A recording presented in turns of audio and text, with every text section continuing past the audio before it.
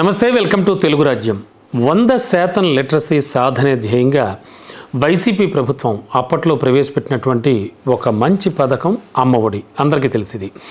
దీని ప్రకారం ఈ పథకం ముఖ్యోద్దేశం ఏంటంటే పనికి పంపించే పిల్లల్ని చదువు దిశగా అంటే బడికి పంపించే దిశగా తీసుకెళ్లడమే. అయితే దీనివల్ల ప్రతి సంవత్సరం కూడా 40 నుంచి 45 లక్షల మంది లబ్ధి పొందారు. అప్పట్లో ఒక మంచి పథకం కింద కూడా పేరు పొందింది. వైసీపీకి ఇదొక ఫ్లాగ్షిప్ ప్రోగ్రాం కూడా అని చెప్పచ్చు. మేనిఫెస్టోలో పెట్టి చాలా ప్రతిష్టాత్మకంగా కూడా అమలు చేసినటువంటి కార్యక్రమం ఈ అమ్మఒడి. ఇక అప్పట్లోనే ఇది తల్లికి ఇస్తున్నటువంటి ఒక కానుక. బడికి పంపని తమ పిల్లలకి అది పూర్తిగా తల్లి ఇష్ట ప్రకారం ఏ స్కూల్కైనా సరే పంపించేటువంటి వెసులుబాటు ఉండేటువంటి పథకం. ప్రభుత్వం ఏం పట్టించుకోదు, అంటే తల్లి ఇష్ట ప్రకారం పంపించవచ్చు. అలా ఈ పథకాన్ని విజయవంతంగా అమలు పరిచింది అప్పట్లో వైసీపీ ప్రభుత్వం. ప్రతి సంవత్సరం తల్లుల ఖాతాల్లోకి నేరుగా నగదు జమ చేస్తూ ఉండేది. అయితే ఇప్పుడు కూటమి ప్రభుత్వం అధికారంలోకి రావడానికి గుప్పించినటువంటి హామీల్లో భాగంగా అమ్మ ఒడి నుంచి పేరును మార్చి, అంటే ఆ అమ్మ ఒడి అనే పేరును మార్చేసి తల్లికి వందనం అనేటువంటి పేరుగా నామకరణం చేశారు. సరే, అంతా బాగానే ఉంది. అంతేకాకుండా ఒక ఇంట్లో ఎంతమంది పిల్లలున్నా కూడా వాళ్ళందరికీ కూడా వాళ్ళ తల్లి ఖాతాలో అమౌంట్ని డిపాజిట్ చేస్తామంటూ కూడా, అంటే ఈ తల్లికి వందనం అమౌంట్ డిపాజిట్ చేస్తామని హామీ అయితే ఇచ్చేశారు. తీరా ఇప్పుడు చూస్తే అమలు చేయడానికి వచ్చేసరికి ఒక లోపభూయిష్టమైనటువంటి ఒక వెరైటీ నిబంధన పెట్టి తప్పించుకునే రీతిలో ఆలోచిస్తోంది ప్రస్తుతానికి కూటమి ప్రభుత్వం. అదేంటో తెలుసా? అదేంటంటే తల్లికి వందనం కేవలం ప్రభుత్వ పాఠశాలల్లోకి వెళ్ళి చదువుకోవడానికి పంపించేటువంటి పిల్లల తల్లుల ఖాతాల్లోకి మాత్రమే ఆ అమౌంట్ జమ చేస్తాం, అంటే ఆ నగదును జమ చేయాలని. ప్రైవేటు పాఠశాలల్లోకి చదువుకి పంపించేటువంటి తల్లులకైతే కాదు అనే ఈ సరికొత్త నిబంధన ఒకటి వెలుగులోకి తీసుకొస్తోంది ఇప్పటి కూటమి ప్రభుత్వం.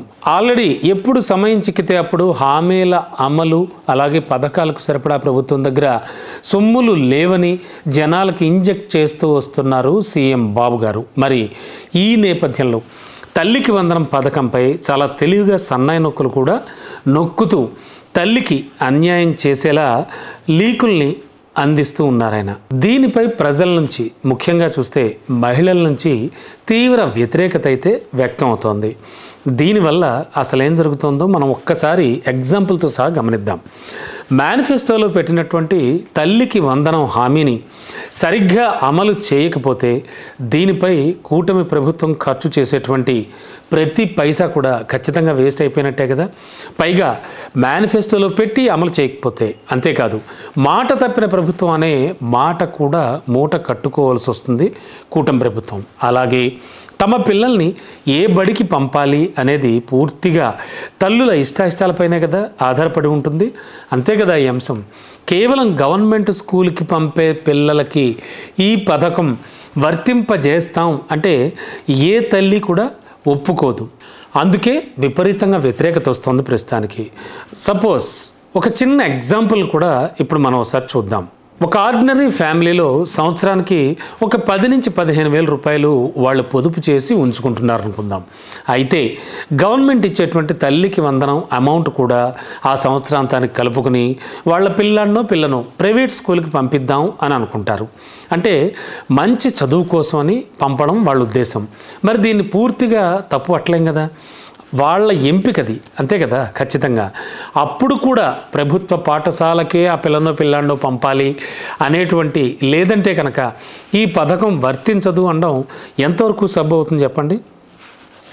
సరిగ్గా ఇక్కడే తల్లులంతా కూడా వ్యతిరేకిస్తూ ఉన్నారు ప్రస్తుత ప్రభుత్వం తెస్తున్నటువంటి పథకానికి సంబంధించి. జనరల్గా ఒక పథకాన్ని అమలు చేస్తూ దాని రూపురేఖలు మార్చి కొన్ని కారణాలతో కోతలు పెట్టి ఇలా చేస్తే ప్రజల నుంచి వ్యతిరేకత రావడం ఖాయం.